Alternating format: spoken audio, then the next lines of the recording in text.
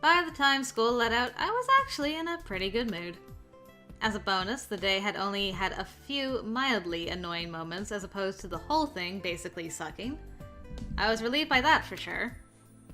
Allie showed up at my class to get me, waiting by the door while I shoved all my stuff in my book bag. We made a quick pit stop by my locker before she insisted on taking me up to the 4th floor to see the club. So, did you make up your mind yet? I mean about trying out the club. You will, right? Well, I mean, you're kind of hurting me that way regardless. Yup. It's not like you have anything else to do. That's true. I'll just take a peek, okay? Alright, I'm sure you'll like it. At the bottom of the stairs, I paused and looked up. I'd been to the 2nd and 3rd floors, but never the 4th. Because it doesn't exist. I'd heard it just had a bunch of empty classes. Even when I was here in middle school, everyone had said it was haunted. Told you. We started up together. Are all the high school clubs up on the 4th floor? No, there are only about 5 others beside us. A lot of people prefer to use classrooms on the lower floors. Apparently, it's creepy up here. I have heard that. It's a lot darker up here.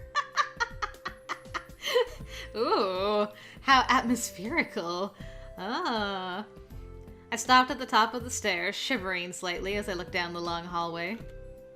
It looked like the one downstairs, but I had to admit the atmosphere was different.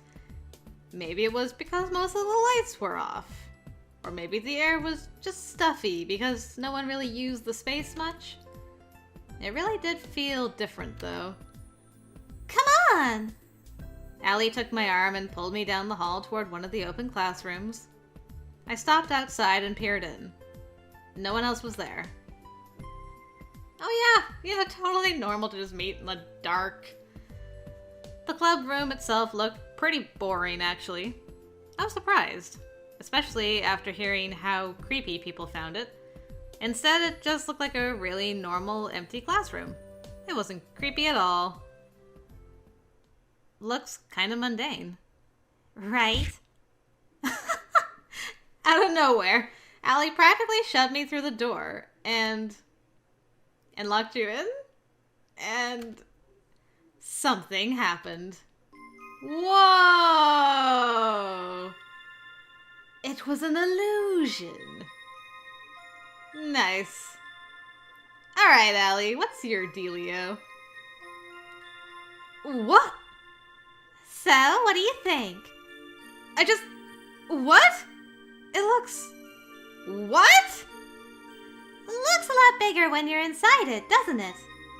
Time Lord technology. I stared at her slack-jawed. She had the most infuriatingly smug look on her face. Bigger? Yeah, it looks bigger and completely different. Where did all this stuff come from? I looked at the hallway. It looked as normal as ever. But the classroom was now brimming with furniture and decorations that had definitely not been in there when I first looked in. I rubbed at my eyes, though I'm not sure what I expected that to do. Was I dreaming? No, I mean, obviously I wasn't. But how? I shook my head and walked back out into the hall. It looks totally normal from out here, and... Allie? I couldn't see her anymore either. I burst back into the classroom, and there she was again, along with all the decor and furniture. Whoa. I don't understand. What is going on? My head was spinning as I tried to work this out. Mirrors? Or something? It had to be mirrors or something, right? I knew you were one of us! Aha! I told you, only people who are in the supernatural, who are supernatural can be in the supernatural club. Excellent. I'm so pleased. She grabbed my hands and squeezed them, grinning at me happily. Whoa! Whoa, back up. One of us what? A paranormal. Or a cryptic. Some refer to us as supernaturals as well. Okay, I was curious, because I almost said paranormal, but I always thought paranormal had more to do with, like, ghosts and the undead and things. Whereas supernatural kind of encompassed more monsters, but now I gotta look up the definitions for this. Interesting. Mark? He's the one that you're the most surprised is a paranormal? I mean, boy screams Edward Cullen vampire. Come on. Come on. You sound uncertain. Wait, had he been there the whole time? He was standing in the corner by a large bookshelf, a book in hand, as he glared at me with the usual disdain. I knew he was gonna be a book nerd. No, I know it's you. I just have no clue what's going on here. He shot Allie a strange look and huffed an annoyed sigh as he snapped the book shut. Oh. She's probably still awakening. But I mean, she's obviously one of us. She's here, right? If she wasn't one of us, she wouldn't be able to see the club room. I studied Allie worriedly. Allie, you're kind of starting to creep me out. Why do you keep saying one of us like I've just been inducted into some sort of creepy cult? Also, paranormal? Cryptic? Okay, calm down. Take some deep breaths before your blood pressure gets dangerously high. I know this is confusing, but I can explain. Very amusing. I don't want to take deep breaths. I want to know what's going on. Okay. Well, you're a logical person. Just put two and two together. Clearly, this isn't a normal classroom, right? Well, yeah. There are two possible ways to explain what you've experienced. Science or magic, right? Science wasn't my forte for sure, but magic? I think I need to sit down. Allie helped me to the nearest sofa, and Mark produced a glass of water from somewhere. Thanks, that was unexpectedly sweet. For all I knew, he pulled it out of a hat. My head was spinning like crazy. Magic. Allie was not trying to tell me that this was some kind of magic room. Was she? Or even before that, was she trying to tell me that magic was real? Feeling better? Not really. Allie just laughed. I glared at her. This was not a laughing matter. I was having a crisis. Are you telling me that magic is a thing? A real thing? A thing that actually exists in a real, practical way? Yes. And this room is magical? Yup. And I'm magical? Most likely. I stared at the door. I could see the hallway outside. It looked perfectly normal. There was nothing near the door that could explain what happened when I entered. No visible mirrors, cameras, or projectors. Heck, I couldn't even come up with a way it would be possible to do something like that with projectors and cameras. I took a deep breath and let it out slowly.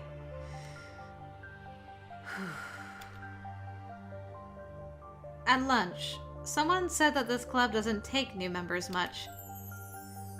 This is a club specifically for the supernatural members of the student body. Obviously, normal humans can't be permitted to enter. Typical humans can't see this room, not as it is. As you notice, from the outside it looks like a normal empty classroom. From the inside, it still looks like a normal empty classroom. To normal people. In fact, the spell on this place actually repulses normal people so they don't even want to enter it. Okay. A spell? Like a magic spell? Yep. Is this how Alice felt when she fell down the rabbit hole? Actually, I was pretty sure Alice handled that way better than I was handling this. I took a deep breath as I listened to Allie's explanation. The spell is designed to protect the club from discovery. It can alter memories, perception, or even the room's location if it needs to, all toward that end. I was still trying to get my head around all this. I mean, logically, I knew none of this could be true. But here was Allie, someone I trusted and knew was down to earth, and she was telling me this was real. And maybe it was a prank, but I really didn't think Mark was the sort to play pranks. Based on our meeting the previous day, I was almost certain he didn't have a sense of humor, and Allie wouldn't do something like this to me. Not today. I looked up at her and she patted my hand gently. So I can see this room because I'm not normal. That's correct. What about you? Well, I'm a witch. The magic-using kind. Nice. I could totally see you in a pointy hat, actually. I tilted my head slightly. Oh. Okay, I actually hadn't expected that answer. I was curious. Not sure what I did expect, though. Okay, let's assume for a moment that instead of thinking you're just insane, I believe you. How did you know I was a, what did you say, cryptid? I mean, you invited me to the club this morning, so you already knew, right? Cryptic is the word you're looking for. We're not animals. Cryptids are creatures that can't be proven with science, but cryptic is just a name some people adopted for us. It's shorter to say than paranormal or supernatural, so a lot of us go with it. Hey, unless there's a test on it, I'm not interested in vocabulary at the moment. Is she always the sarcastic? Usually. It's worse when she's upset. It's sort of like a litmus you could use to tell how close she is to having a complete freakout. Oh, I see. I'm right here, and what I'm interested in is how you knew I was a cryptic, or at least why you thought I was. Blood pressure! Allie! Okay. Calm down. The reason I knew was because of Corvin. Corvin? Ah, that hand-holding, eh? Corvin? What does he have to do with it? Remember that book he dropped? Yeah, that weird, creepy one? It wasn't just a book. It was a grimoire. Well, hello. Nice of you to join us. Corvin was standing at the door as if he'd just come inside. Man, if this was a prank, they were really going all out. But at this point, I had a feeling that hoping it was just a prank was pointless. Mark's lack of funny bone aside, Allie didn't look like she was joking. That face, mwah, such kissable lips. And it's not creepy, by the way. Don't call someone's grimoire creepy. Hey, Cor. So we were right about your friend. Well, you can see for yourself. Welcome to the Paranormal Mysteries Club. Nora, right? As usual, he was pretty bubbly. He waved at me from across the room. Did you say it was a grimoire? Like, a magic book? That's right. And normal people can't see it. So when you so kindly wanted to pick it up for me, I knew you couldn't be a normal human. Thank you, by the way. That was nice of you. If I'm not normal, then what am I? A witch or something? And does this mean Spencer is magic too? Because I really don't think letting him have magic is a good plan. Who's Spencer? My brother. My very paranoid, emotionally delicate brother. While I was speaking, Corvin wandered over and sat on the table next to the sofa. And immediately overturned the glass of water Mark had given me. Oh my god. He jumped back up as a cascade of water ran down his pants and down the arm of the couch onto my lap. Oh, sorry. I was still too shocked by the whole magic thing to even react. Sorry. I'm sorry. Sorry? He looked around, presumably for something to wipe up the water with. Use your scarf, man. I just sat there, staring at my soaked jeans dumbly. Allie, perhaps you could... Don't worry, I've got it. Annoying as that was, this should prove it to you, Nora. Do you know how to do the air dry spell like William in Magical Diary? She flicked her hands toward me in a strange circular motion and chanted something under her breath. Ooh. Fancy. What? I felt an undeniable wave of warm air and looked down to find that my clothes were completely dry, as was the sofa. I patted my hands over my legs in wonder. There was no sign that they'd been soaked through only moments before. Whoa. That even dried my underwear. Creepy. Really, Allie? Come on. You deserve it. His pants were still soaked all down the front. Maybe if you'd learn to actually read the mood for a change. It wasn't on purpose. Help a guy out. Air magic really isn't my forte. Corvin made his best attempt at sad puppy eyes. Allie sighed and rolled her eyes before repeating the hand gesture and chanting she'd previously aimed at me.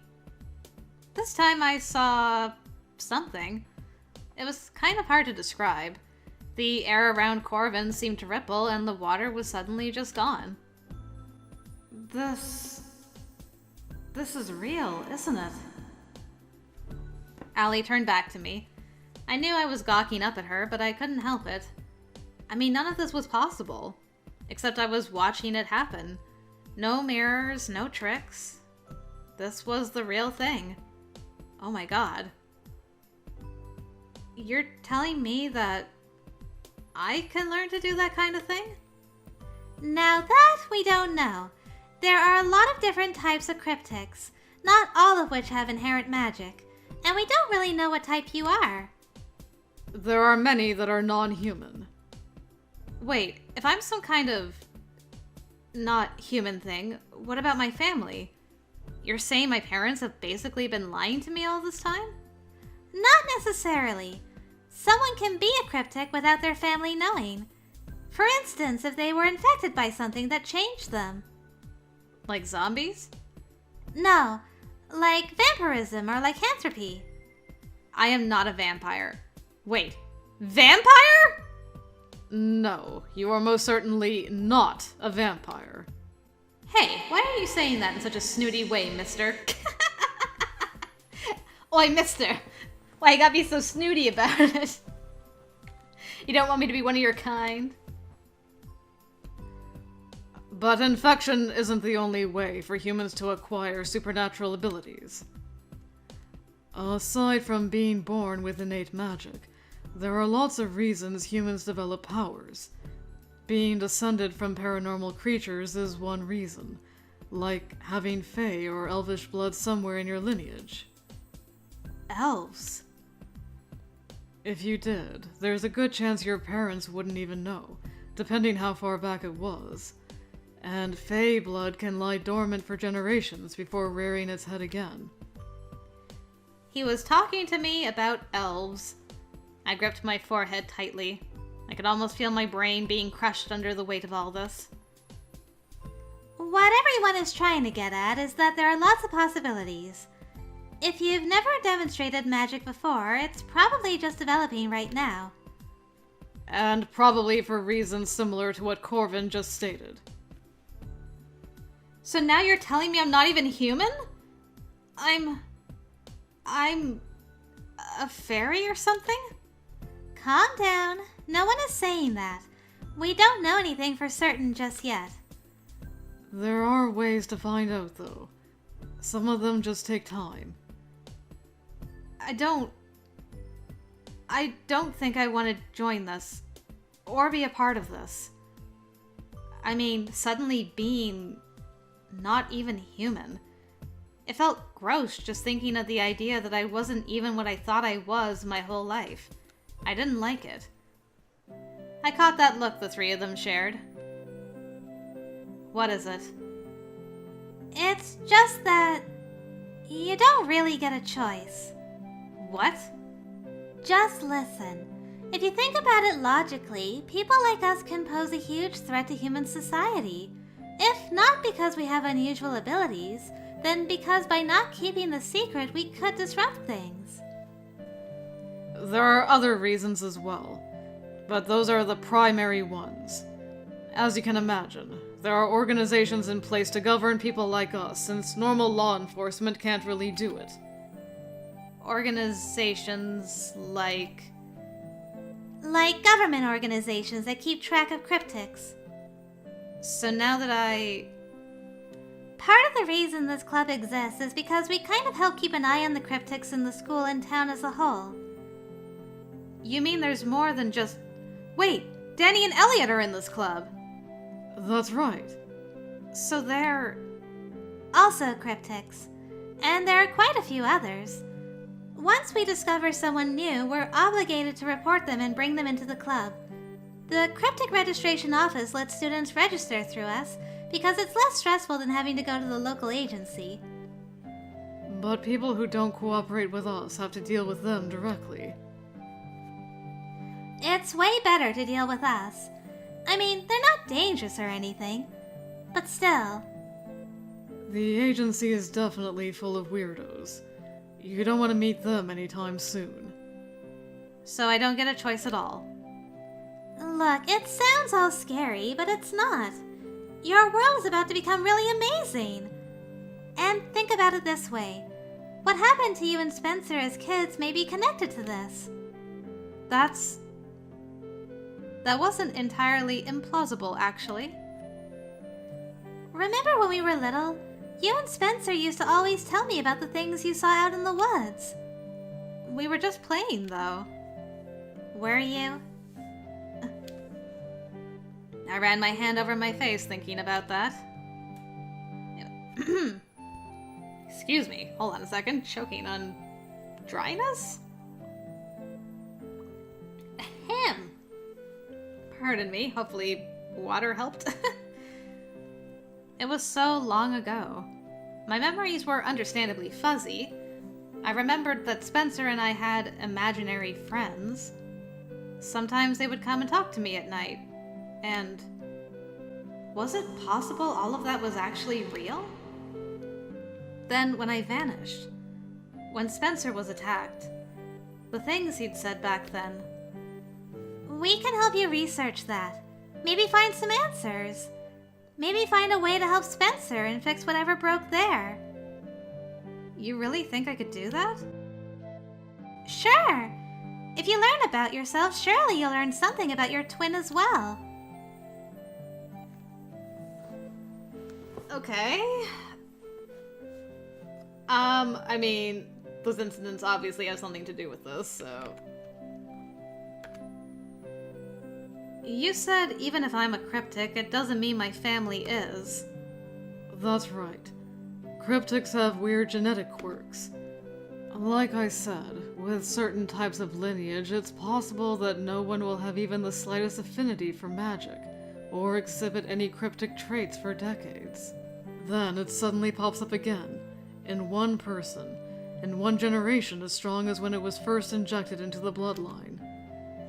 That's why something like that might be more probable for you than just spontaneously developing magic. Though that does happen too. Rarely.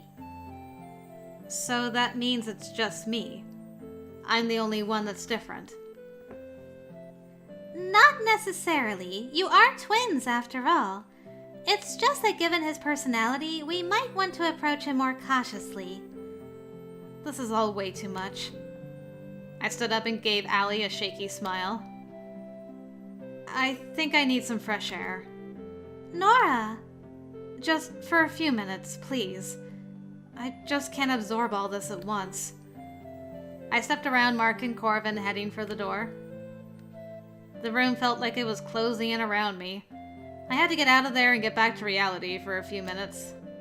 I could contemplate the implications of all this in a place that didn't make me feel like I'd been carted off by a tornado to some strange place and should expect singing munchkins to appear soon. But what about Toto? I didn't even know where I was going. Just out. Just away from here. Someone stepped through the doorway just as I tried to leave. Can you please move?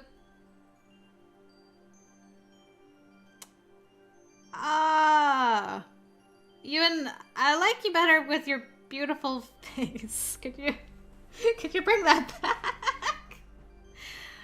Hey, that's kind of creepy. My words trailed off to a terrified squeak when I looked up at the boy I was speaking to. He had no. My vision blurred and my entire field of vision narrowed in on the empty space above his shoulders and the gaping hole where his neck should connect to his head. Stunned, I turned back to Allie, though I don't know what I intended to say. My airways constricted, and for a moment I forgot how to breathe. My knees started to go all wobbly, and I knew I was about to hit the floor. Nora! I think I'm going to pass out now. And with that, everything went black. Oh, wow. Okay. Chapter 4. Under the bridge. Under the bridge. Under the bridge. I was probably out for no more than a few minutes. When I started to come to, I realized I must be lying on the sofa. I could hear the others arguing. You could have at least tried to catch her. My hands were full, as you might have noticed. Brenna, it's not funny. His hands were full. Mark, couldn't you have reached her before she hit the floor? Ah, they're talking about me. I didn't see a need. I highly doubt a fall from that height would seriously harm her in the first place. Thanks. Are you calling her short? I have to warn you, she's always hated that. That jerk. I'm not short, just a little vertically impaired. I groaned and tried to open my eyes so I could tell him off. Oh, hi. Thank you for looking after me. Nora, are you okay? The first face I saw was Corvin's, looming over me, looking concerned. Easy. You don't want to move around too fast just yet. I thought I saw... You did see it. I bolted upright. It was me. Sorry. I didn't know a newbie was in the club or I would have stayed away. I stared up at him. His head was where it should be. Thank God. Oh, I didn't recognize you without a head. I mean, how can you not recognize the splendiferous outfit he's wearing? That does make things difficult. Well, hello. I like your style, even though apparently you're a misery guts. The unfamiliar black-haired girl was still laughing. I didn't find the situation at all funny, to be honest. I don't think we've met. The girl bounded across the room, pushed Corvin out of the way, and bounced onto the sofa right next to me. She had no concept of personal space. She was practically sitting on top of me. Brenna, that was my foot. So you're the new girl? She looked up and down, almost as if sizing me up. She was pretty, but her gaze made me feel really uncomfortable. She leaned in really close, staring into my eyes. A deep frown creased her brow. I stood carefully, just to give myself some space to breathe. Corvin stood too, reaching out to steady me when I swayed slightly on my feet. Thank you. Are you okay? I'm just trying to work out at what point I fell down the rabbit hole so I can maybe climb back out. Corvin patted my shoulder gently. Maybe Ali should take you home now. I don't think we really made this very easy on you today. It's been a while since we had a new member in your exact position. Yeah, the trick with the headless boy blocking the doorway isn't one I recommend for new members. Funny. Come on, Nora. Cora's right. Probably best to get you out of here for a while. I didn't argue. I definitely had enough of the Paranormal Mysteries Club for one day. Ali led me out of the room and I just followed obediently, still in a daze. The moment I stepped into the hall, the voices of the others completely faded away. I looked back once, but all I saw was an empty classroom. How does that... I mean, if someone sees us walk out of there or something... Like I said earlier, the spell is designed to do what it takes to protect the secret. It can alter perception or even memories to ensure that no one notices anything. I... see. I know it's a lot. I'm sorry. If I could have warned you, I would have. Please don't be mad at me. The more I thought about it, the more I realized she probably couldn't have done things differently. It's not like I'd have believed her. She told me the truth during the drive to school. As much as I wanted to, I couldn't really fault her there. It's not your fault, okay? I just feel a bit overwhelmed. That's understandable. I'm sorry I freaked out. I'm sorry we scared you. She put her arm around my shoulders as we headed toward the stairs. We didn't say much for the rest of the walk to the car. The long walk to the car? Very long walk. Right as Ali was about to get in on the driver's side, I stopped. This is all real, isn't it? I'm not crazy. It's real, and you're not crazy. At least no more than you were yesterday. Cute. After you've had time to process it, it'll probably seem a lot less scary. In the end, despite everything, we're all pretty much just normal high schoolers. Someone was walking around without a head. In what universe does that constitute a normal high schooler? She just laughed slightly and motioned toward the car. Come on. Was it like this for you? I mean, when you found out you were a witch? I guess it wasn't so sudden. I started seeing things. Weird things first. I thought I was going completely bonkers, and I was afraid to tell anyone.